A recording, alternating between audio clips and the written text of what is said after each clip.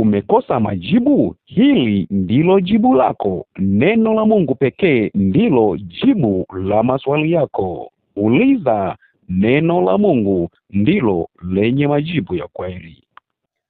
Huu umefika wakati tena kwa ajili ya kujifunza maandiko matakatifu ambayo tupo nayo katika chaneli yetu hii ya Matata TV. Kwa hiyo mahali ulipo, ninakukaribisha katika kipindi hiki cha pekee ambacho tunakwenda kuangalia mada ambayo inasema uchungu na majuto unakuja. Uchungu na majuto unakuja. Kwa nini tunaeleza habari ya uchungu na majuto unakuja? Ni kwa sababu kwa sasa dunia inaonekana iko vizuri kabisa, ina starehe nyingi, lakini kwa taarifa, majuto na uchungu vinakuja. Hivyo basi, ninakuomba fuatana pamoja nami kwa siku ya leo ili tuweze kuangalia jinsi ambavyo tusipojitengeneza kwa sasa, majuto na uchungu vinakuja. Lakini pamoja na kwamba majuto na machungu yanakuja, lakini ukiamua unaweza ukapona na Bwana anakushindia. Bwana Yesu asifiwe. Napenda kukumbusha kwamba katika dunia hii kuna washindani wawili tu, kuna shetani na kuna Mungu. Na katika washindani hao wawili ni kwamba lazima uondoke na watu. Swali linabaki, kwamba mimi ninaondoka kwenda kwenye kundi lipi, la Kristo ama la Shetani? Ndio maana leo nimeamua nikuletee video hii ili iweze kutusaidia katika nyakati hizi. Ukisoma kitabu kile cha Tito sura ya 2 na fungu la 14, maandiko matakatifu yanamtangaza Kristo jinsi ambavyo amekuja. Maandiko yanaeleza jinsi ambavyo alikuja ili kwamba aweze kutukomboa na laana zote na uasi wote ambao shetani ameusababisha.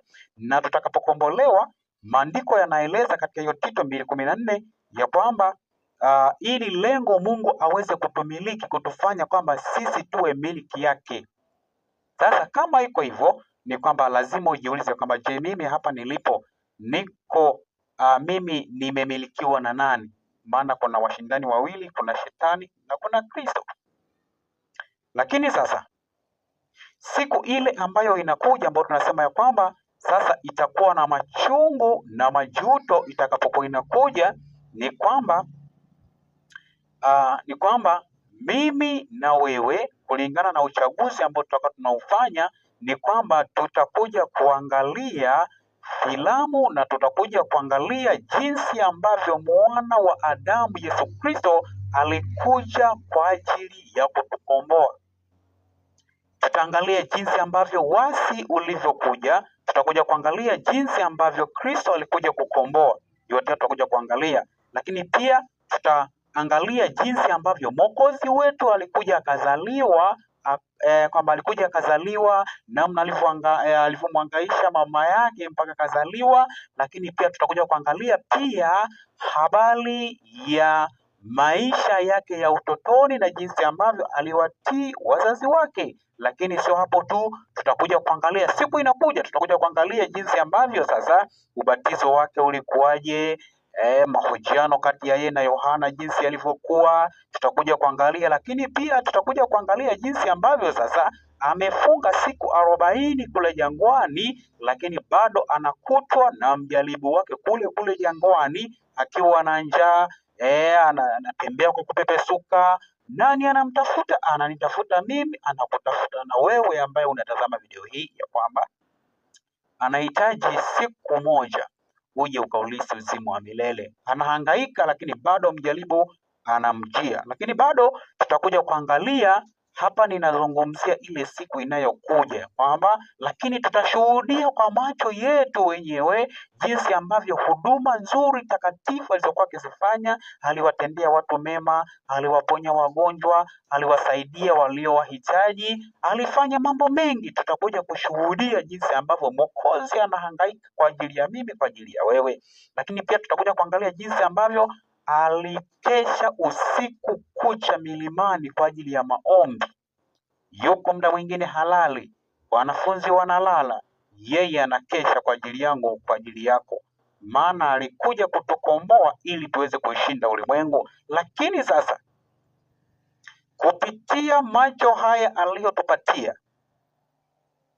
Biblia inaeleza ya kwamba sasa tutakuja kushuhudia pia ya kwamba tutakuja kuona matukio makubwa ambayo yatasababisha kila mmoja atakiri ya kwamba hakika wewe ni Bwana. Lakini pia tutashuhudia maumivu ambayo aliyapata pale Getsemani. Amekutwa na wale washtaki wake, wamemkamata, wanafunzi wamekimbia, amebaki peke yake, hana msaada. Tutashuhudia, lakini alikuja akaelekeza habari zake, akatuma wajumbe wake watuelekeze habari njema, lakini bado tunaona ulimwengu na starehe, ulimwengu uko vizuri. Lakini siku ile filamu itakaposimama sasa, ikionyesha ya kwamba hayo ndiyo matukio na mambo ambayo Mwokozi wako aliyafanya, tafakari, utajuta au utasema asante Bwana, maana nilikungojea. Tutaangalia mateso, lakini pia tutaangalia jinsi ambavyo wanasalitiwa na kuachwa mikononi mwa watesi wake. Atasalitiwa, ataachwa mikononi mwa watesi, lakini pia tutaangalia jinsi ambavyo anadhihakiwa na kutukanwa mbele ya umati wa watu. Watu wako wengi mahali pale, unashuhudia kwa macho. Maana leo tunazungumza habari za Yesu, inaonekana ni kama kamchezo. Tutashuhudia kwa macho jinsi ambavyo Kristo Mwokozi wako ambaye alikufa kwa ajili yako anateswa, anafanyiwa dhihaka mbele ya umati wa watu. Tutashuhudia, lakini pia bado tutaangalia jinsi alivyotembea kuelekea Kalvari. Maana sasa amefika pale kwenye ikulu ikulu ile ya kuhani mkuu, yuko pale amesomewa mashtaka, sasa anaelekea Kalvari. Tutashuhudia jinsi ambavyo Kristo amebeba msalaba hatua kwa hatua, anakwenda kumwaga damu kwa ajili yangu, kwa ajili yako, ili siku inayokuja ya majuto ukashangilie. Ila kama unamkana, maana yake ni kwamba siku itakapokuja filamu kwa mara nyingine kusema nalitendewa haya, sijui nitafanyeje.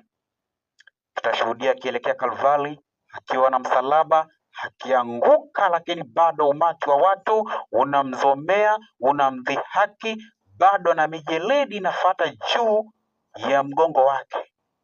Anaelekea Kalvari kwa ajili yangu, kwa ajili yako. Lakini bado tutashuhudia jinsi ambavyo misukosuko inatokea kipindi anakata roho pale msalabani. Giza linatanda, wanadamu wanatawanyika, matetemeko, miamba na mawe yanapasuka, makaburi yanaachia, lakini mwana wa Adamu roho inamtoka, mimi na wewe tupate wokovu. Siku inakuja itakuwa ni ya machungu na kusikitisha, lakini mwisho tutashuhudia jinsi ambavyo Mwokozi wangu, Mwokozi wako anainama chini, anaisalimu roho yake, sasa imekwisha. Ajabu ya kusikitisha ni hii: Shetani pamoja na malaika zake pamoja na mawakala wake ambao leo tunafanya dhihaka kwa habari ya mambo ya Mungu, ni kwamba ile filamu na video itakapokuwa inaendelea, ni kwamba tutatazama, shetani atakodolea macho, shingo yake haitaruhusu kutazama mahali kwingine, ashuhudie hatua zote mpaka mwisho. Na mwisho Biblia ikaripoti katika kitabu kile cha Wafilipi 2 fungu la 11 ya kwamba sasa baada ya filamu yote, kila ulimi utakiri ya kwamba hakika Yesu Kristo wewe ni Bwana. Bwana Yesu asifiwe. Itakuwa ni siku ya kusikitisha, itakuwa ni ya machungu endapo utakuwa kwenye kundi la watu ambao wanakwenda kuhukumiwa kwa sababu Mwokozi amedhihakiwa, Mwokozi ameteswa, amechapwa mijeledi, ametandikwa, amefanyiwa kila jambo lililo baya ili uokolewe, lakini bado siku itakuwa ni ya machungu na ya kusikitisha. Kila ulimi utakiri ya kwamba Yesu Kristo ni Bwana. Habari njema ni hii. Yohana 3:16 anasema, maana jinsi hii Mungu aliupenda ulimwengu hata akamtoa mwanawe pekee, ili kila mtu amwaminie asipotee, bali awe na uzima wa milele. Mwamini Yesu leo, uzima wa milele uwe pamoja nawe. Mungu akubariki, Mungu akusaidie, lakini usisahau kusubscribe kwa ajili ya kuangalia video zingine nyingi za matumaini ambazo zitakusogeza karibu na Kristo. Maana Matata TV ipo kwa ajili ya matumaini. Mungu akubariki sana. Tafakari ya kwamba siku itakapokuja nitakuja kujutia maisha yangu ama nitakuja kufurahia, maana Mwokozi wangu anakuja. Filamu tutaitazama, tutaangalia jinsi ambavyo ujumbe unakufikia, unavihaki, jinsi ambavyo ujumbe unafika, unaupokeaje, yote yataonekana. Mungu akubariki sana. Tunakwenda kuhitimisha sasa. Karibu kwa mada na masomo mengine kwa wakati mwingine, na subscribe ili uweze kufaidi kila video inayoingia kwa ajili ya matumaini. Mungu akubariki. Tuombe.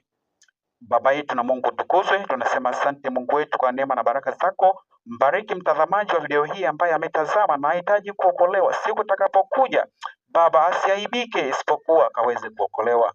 Asante kwa kutatenda hivyo, twaomba kwa jina la Yesu. Amen. Mungu akubariki.